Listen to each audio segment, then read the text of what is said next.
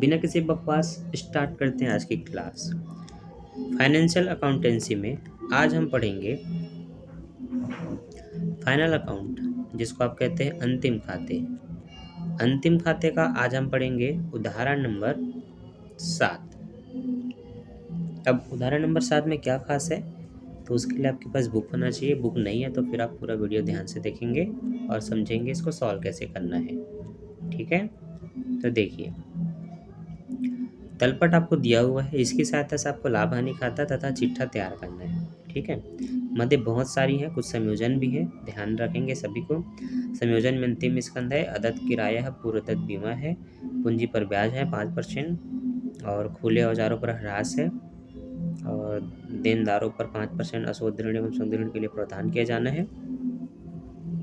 अब क्या क्या है, प्रारंभिक स्कंद है, क्रय विक्रय है, डूबत ऋण है, बीमा कर है, व्यापारिक व्यय, मजदूरी, वेतन, किराया, ब्याज, मरम्मत, भाड़ा, छूट, पूंजी, आहरण, प्लांट एवं मशीन, भूमि एवं भवन, खुले औजार, प्राप्ति पत्र, देवी पत्र, देनदार तथा लेनदार, हाथ में रोकड़, बैंक में रोकड़। ठीक, तो देखिए सबसे पहले प्रारंभिक स्कंद ओपनिंग स्टॉक 21,000 रुपये, तो ओपनिंग स्टॉक 21,000 रुपये।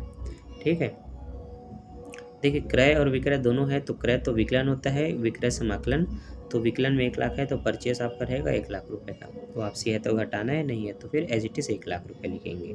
ठीक, आगे अब हम ढूंढते हैं मजदूरी या आगत गाड़ी भाड़ा। तो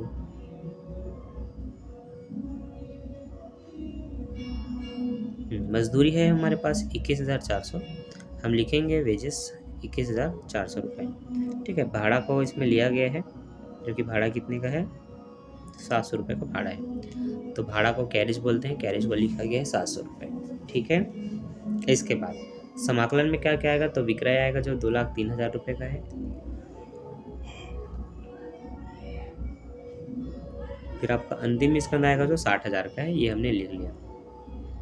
ठीक है, तो अंतिम स्कंद को लिखना होता है और विक्रय को लिखना होता है, जिसको आप सेल्स कहते हैं। ठीक है, दोनों को इक्वल करेंगे, 2,63,000 है, इसमें से इन दोनों को जोड़ करके घटाएंगे, मतलब opening stock, purchase, wages, carriage, इन सब को जोड़ करके इसमें घटाइए, तो आपको 1,19,000 रुपये का डिफरेंस मिलेगा। इस डिफरेंस की राशि को ही हम सकल लाभ या ग्रॉस प्रॉफिट कहते हैं, जिसको अगले साल लाभ हानि खाते में लेकर के आना है, मतलब इसी साल।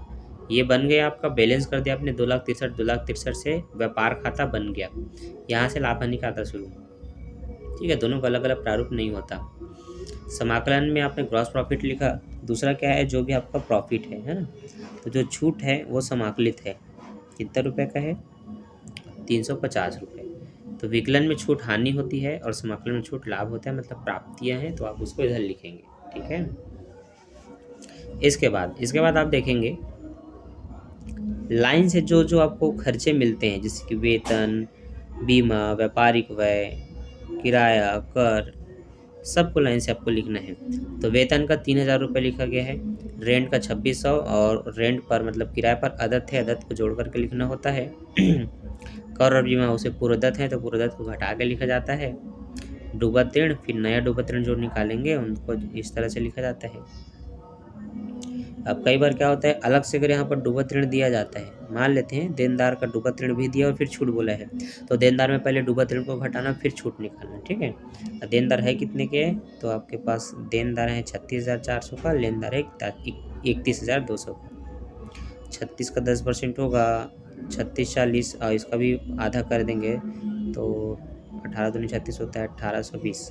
ठीक, इसलिए 1,820 रुपये निकला है, जोड़ करके इतना कर देंगे। ठीक, बाकी फिर जो भी आपके खुले औजार, पूंजी पर ब्याज, और आपका इंटरेस्ट मतलब सिर्फ ब्याज है ना, व्यापारिक व्यय, मरम्मत, छूट इत्यादि सभी खर्चों को लिख दिया गया है।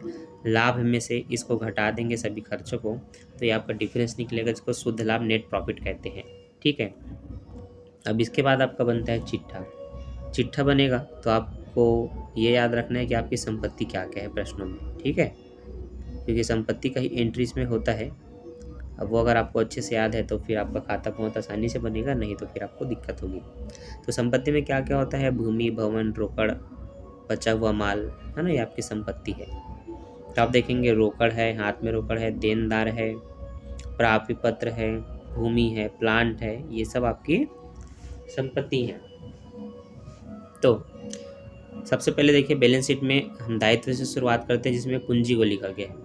अब पूंजी में शुद्ध लाभ को जोड़ते हैं, है ना, आहरण को घटाते हैं और उस पर ब्याज भी निकला है तो उसको भी जोड़ देंगे। ठीक है, तो पूंजी है कितने का, शायद 1,50,000 का। 1,50,000 का 16 × 85 8,000 रुपये निकलेगा। तो पूंजी में ब्याज को जोड़ेंगे, शुद्ध लाभ को भी जोड़ेंगे, आहरण को घटा देंगे। इस तरह से आपका ये पूंजी निकला जिसको आपको लिखना है। उसके बाद लेनदार देवी पत्र और आउटस्टैंडिंग मतलब अदद। अदद जिस भी चीज़ का है उसको आप लिख देंगे क्योंकि वो देना बाकी है, अभी तक आपने दिया नहीं, वो आपका दायित्व है। संपत्ति में जो भी अलायंस है आपका, रोकड़ हाथ में हो चाहे बैंक में रोकड़ हो, भूमि भवन मशीन प्लांट, हाँ किसी पर अगर कुछ ह्रास हुआ है तो उसको आप घटा के लिखते हैं, नहीं तो एज इट इज जैसा का तैसा आप लिख देते हैं। पूर्वदत्त को भी यहाँ पर लिखना होता है और बच्चा हुआ अंतिम स्कंद। अंतिम स्कंद 2 बार आता है, एक तो व्यापार खाते में, दूसरा संपत्ति में। इस तरह से आप बैलेंस करेंगे, दोनों पक्ष बराबर आते हैं। ठीक, तो काफ़ी सरल था, बस ध्यान देना है, एक एक तो लिखते जाना है। हाँ, बनाने में समय लगेगा, समझाने में मुझे नहीं लगा, और आप बनाएंगे एक एक करके तो पेशेंस के साथ देख देख करके आराम से बनाएंगे तो थोड़ा समय लगेगा। ठीक, बाकी मैं मिलता हूँ नेक्स्ट वीडियो में नेक्स्ट टॉपिक के साथ। अभी के लिए बाय, थैंक्स फॉर वॉचिंग।